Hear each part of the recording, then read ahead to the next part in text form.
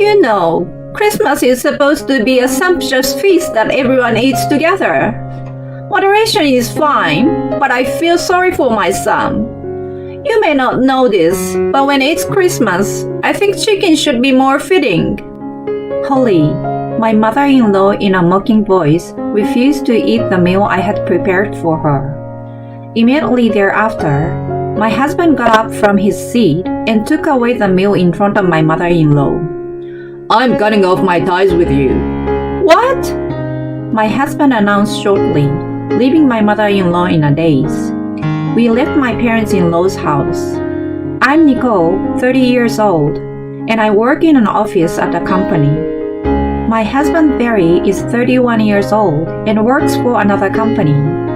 We have known each other since we were children. Barry's father is a corporate executive, and his mother is a housewife, but when he was a child, his mother was often away from home for certain reasons, so we often took care of him at home. Because of this, Barry was well liked by my parents before we started dating, and Barry was also very fond of my parents. We were together all the time, and although there were times when we both went out with different people, we naturally started dating and got married. People around us were very excited about our marriage. I knew you two would get married. We were embarrassed, but happy about the fact that we were married. However, my mother-in-law was the only one who was opposed to our marriage. The reason was that I had grown up without a mother, and also because Barry was supposed to be matched with a young lady who knew my mother-in-law. It was my mother-in-law's idea to marry him off, but Barry and my father-in-law ignored it. My mother-in-law directed her anger at me. My mother passed away due to illness when I was in junior high school. But then, my mother-in-law looked at my family this way. Women raised by a single parent are more likely to cheat on their husbands.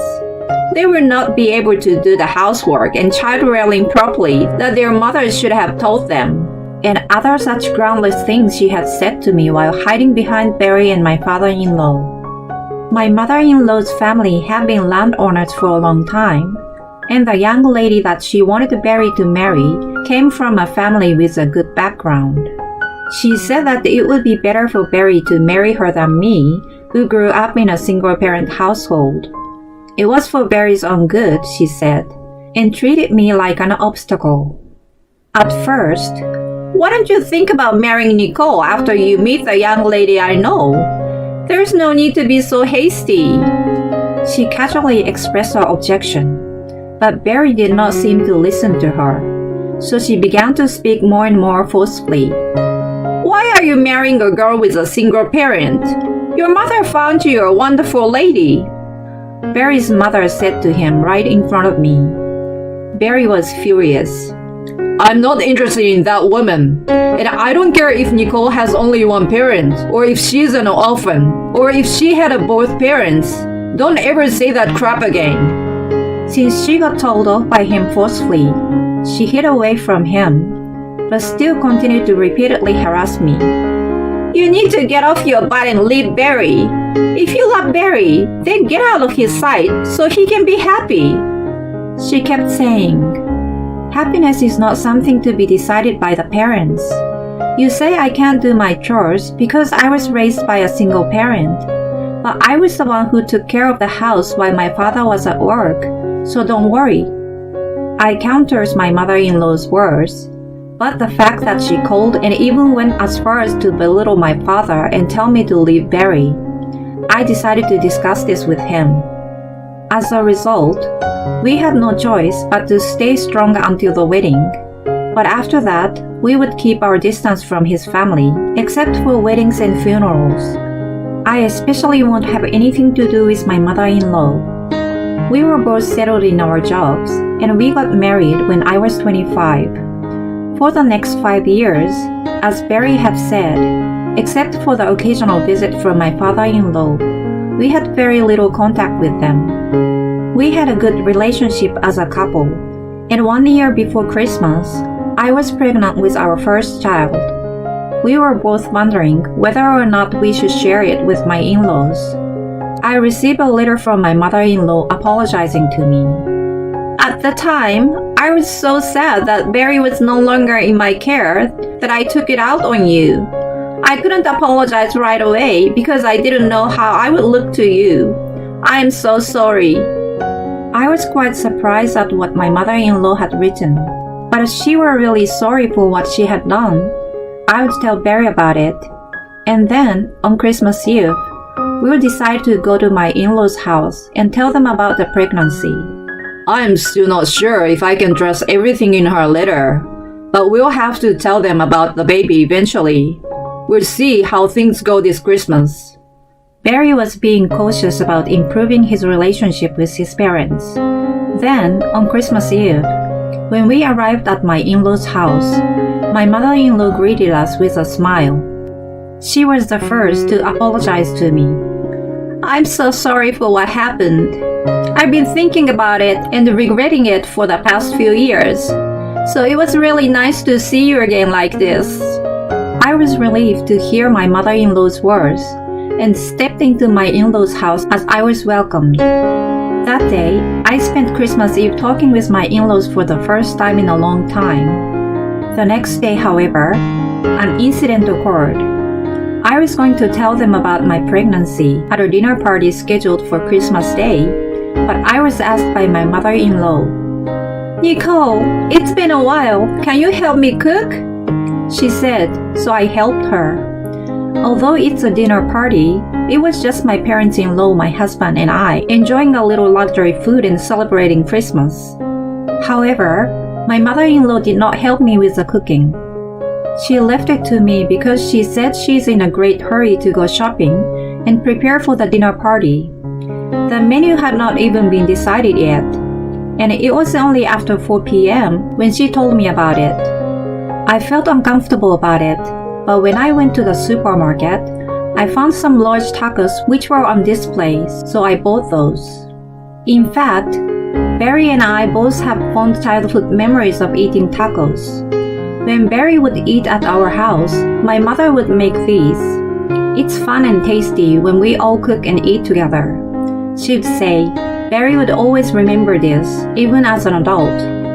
Nicole's mother was always very attentive, so I really enjoyed eating at your house because she took care of me when I ate alone. I was able to forget how lonely I was, he told me, and I responded. It was really fun to eat tacos together, wasn't it? Thinking back on it now, it was also easy because all we had to do was prepare the ingredients. I laughed. And then the dinner party started, and I had just laid out the ingredients for the tacos on the table. My mother-in-law, who was watching me, opened her mouth and said, Oh, you're serving tacos on Christmas? Yes. Well, you told me about what I was going to cook a little late. I can't cook anything elaborate. And besides, in our family, tacos hold a special meaning for us. Is that bad? You know, Christmas is supposed to be a big feast for everyone. Moderation is good, but this is not good for Barry. You may not know this, but Christmas is all about chicken. I couldn't hide my surprise at these words, and I looked at my mother-in-law's face. She was grinning and making fun of me. Then, Barry stood up and took my hand. Let's go home. I'm cutting off ties with her. What? Barry's words were followed by my mother-in-law and my voice. And then, my father-in-law Calvin spoke up. Holly, weren't you trying to improve your relationship with Nicole? In response to this question from my father-in-law, my mother-in-law stared at me with a serious look on her face. She began to answer in a voice that sounded as if she was really worried about Barry. I was going to, but this isn't going to work. You brainwashed Barry, and you're not fit to be our daughter-in-law after all. I have apologized to you, and you're still using Barry to do hurtful things to me. What? My mother-in-law's comment confused not only me, but also Barry and my father-in-law. According to my mother-in-law, she really wanted to improve her relationship with me. But she decided that it was impossible. And then, it turns out that the lady she tried to match with Barry before also got married, But because of the woman's infidelity, she got divorced and is looking for a new husband. So my mother-in-law decided to bring it up to Barry again. So she sent me a letter of apology to have him come to see her at Christmas. I later heard that while I was out shopping, my mother-in-law had casually told Barry about it. At this point, Barry was already angry with his mother. However, because of the matter of our future child, and since I was out shopping for food, they decided to discuss things after the dinner party was over. You, why are you pushing such a woman to Barry? He already has Nicole. Nicole would never cheat on him, and she's a much nicer girl. The young lady comes from a good family. She and Barry will get along just fine as divorced couples. I'm sure the divorce was caused by an affair, right? You are a man. You can forgive a fling or two, can't you? You forgave me too. The in-laws began to argue. When my mother-in-law said those last words, it was as if time froze.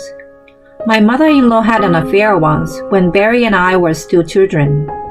Barry was in our house often because my mother-in-law was having an affair and was always away. My in-laws were on the verge of divorce once at this time. My mother-in-law apologized and Barry was still very young. My father-in-law was reluctant to rebuild the relationship. My father-in-law was reluctant to reestablish it. My father-in-law, though quiet, became furious. You think I forgave you easily for what you did to me back then? Are you saying that you have no problem with your son going through the same thing I went through? As expected, my mother-in-law was choking on her own foolish words. Holly, you have the nerve to say that I'm prone to cheating on my husband and to leave Barry because of your selfish prejudice of me being raised by a single parent, didn't you? You're from a good family, so why did you have an affair? Don't you think something's wrong with your attitude? Hearing my words, my mother-in-law became even more furious, saying I didn't know what I was talking about. And just when the mood of the place was getting bad, Barry spoke up. Did you ever think about how that must have felt at that moment? Or if I, who was only your child then, was feeling so lonely? You didn't think about all that, did you? At least, I would never marry a woman who would cheat on me, and I have no intention of leaving Nicole in the first place. I don't want to breathe the same air in this house with a woman like you. We are leaving. Barry's face was full of anger and contempt. I followed him, unable to speak. My mother-in-law tried to keep Barry back, but my father-in-law would have none of it.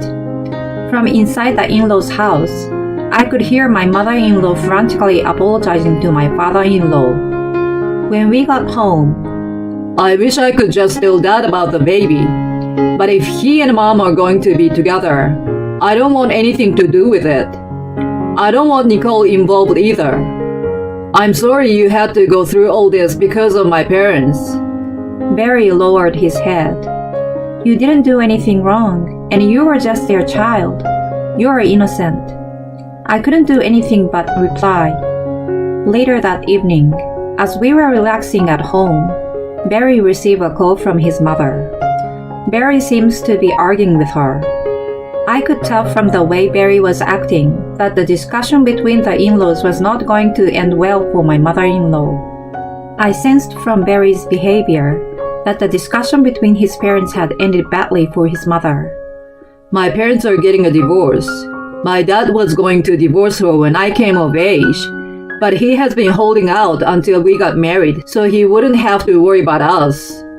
Barry ended the call with a terribly tired look on his face and told me that his parents were divorcing. My mother-in-law called Barry for my father-in-law, who had told her he was getting a divorce.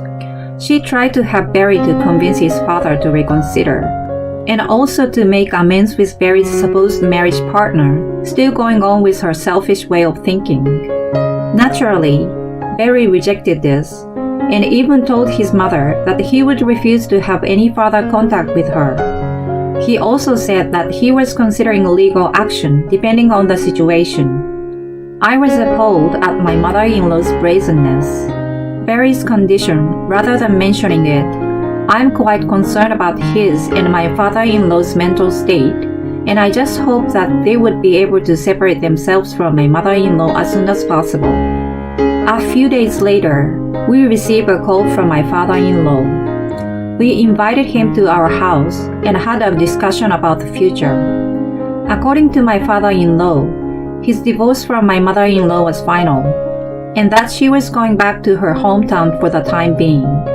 However, it was discovered that the lady and my mother-in-law had been pursuing the marriage proposal with Barry on their own. This led to a lot of criticism from the people around her, so she is expected to soon be kicked out of her house.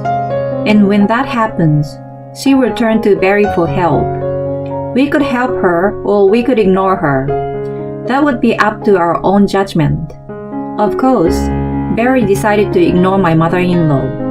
He even told me that if my father-in-law showed any kindness to her and continued to have anything to do with my mother-in-law, he would also cut his ties with my father-in-law. When my father-in-law heard this, he laughed out loud and said, I don't have that kindness in me. I'm going to hire a lawyer so that I don't have to see her face ever again. He told Barry. Barry will continue becoming a fine man, and you will be there for him. I've seen that, and now I'm thinking it might be a good idea to go back to the countryside and live a life of solitude. You are thinking of retreating to the country by yourself? That's not a good idea, Grandpa. Barry smiled at his father, who was a little sad. I don't see why you two should be in any trouble. You two are getting along just fine, aren't you? Wait, Grandpa? Barry's father, who seems puzzled by Barry's words, recognized the word Grandpa and looked surprised. I'm actually pregnant. Actually, I was talking to Barry about telling you at Christmas. I'm sorry it took so long to tell you. I bowed my head and laughed. My father-in-law looked as if he was about to burst into tears. He asked Barry if it was really true, and then turned to me and kept saying, Thank you. And he was happy to hear that. In the days since Christmas, my father-in-law had been emotionally drained due to my mother-in-law, so I was so glad to be able to report this to him. After talking a bit with Barry, it seems that sharing this news helped him come out of his exhausted state, and he started sanctioning my mother-in-law in a number of ways. First, in order to rebuild things, he meditated on that time when she was cheating on him, demanded restitution for the use of their savings, and asked me to submit and disclose to my mother-in-law's family her bullying and verbal abuse towards me. As for that, I have given my consent, so I provided my father-in-law with a recording of what she said before my marriage and during this Christmas that I had kept in case. Upon hearing this, my mother-in-law's family members became even more critical of her. My mother-in-law, who had nowhere else to turn but her parents' home, began to spend her days under cold stares. Only once did my mother-in-law contact Barry. I don't consider you my mother anymore. I don't even want you in my life anymore. I'm talking to my lawyer, so any communication with me will have to go through him. I will no longer accept direct contact from you. He hung up the phone and blocked incoming calls from her. And of course, my in-laws divorced. As for the affair that Barry's mother had when he was a child, my father-in-law was not able to file a claim due to the statute of limitations. But he would also explain why whenever he got asked about the reason for the divorce. My mother-in-law told her own family and friends that she was getting divorced due to a daughter-in-law issue, and that she was a victim in this situation. The truth about my mother-in-law's affairs spread quickly, and she completely lost the trust of the people around her. My mother-in-law, who had always had a lot of pride, had a hard time even finding a job. My father-in-law told her that she would have a very difficult life in the future. My father was aware of the situation at the time. He said to my father-in-law, "You've been working so hard all this time." He frequently invited my father-in-law to go fishing, which was a hobby he started after becoming single. When things had finally settled down, he was relieved, but still very tired. He has recently started to regain his energy. He and my father have become so close that they often drink together as well as go fishing. As for me, I have morning sickness, but my baby is growing well. I am having a comfortable pregnancy with the support of Barry, my father-in-law, and my father, who take care of me every day. I had only found out by my mother-in-law's affair when our engagement was finalized, but I remember the sad look on Barry's face at the time. We would never let that happen to our child, so Barry and I always talk about how we want to raise our child with love and care.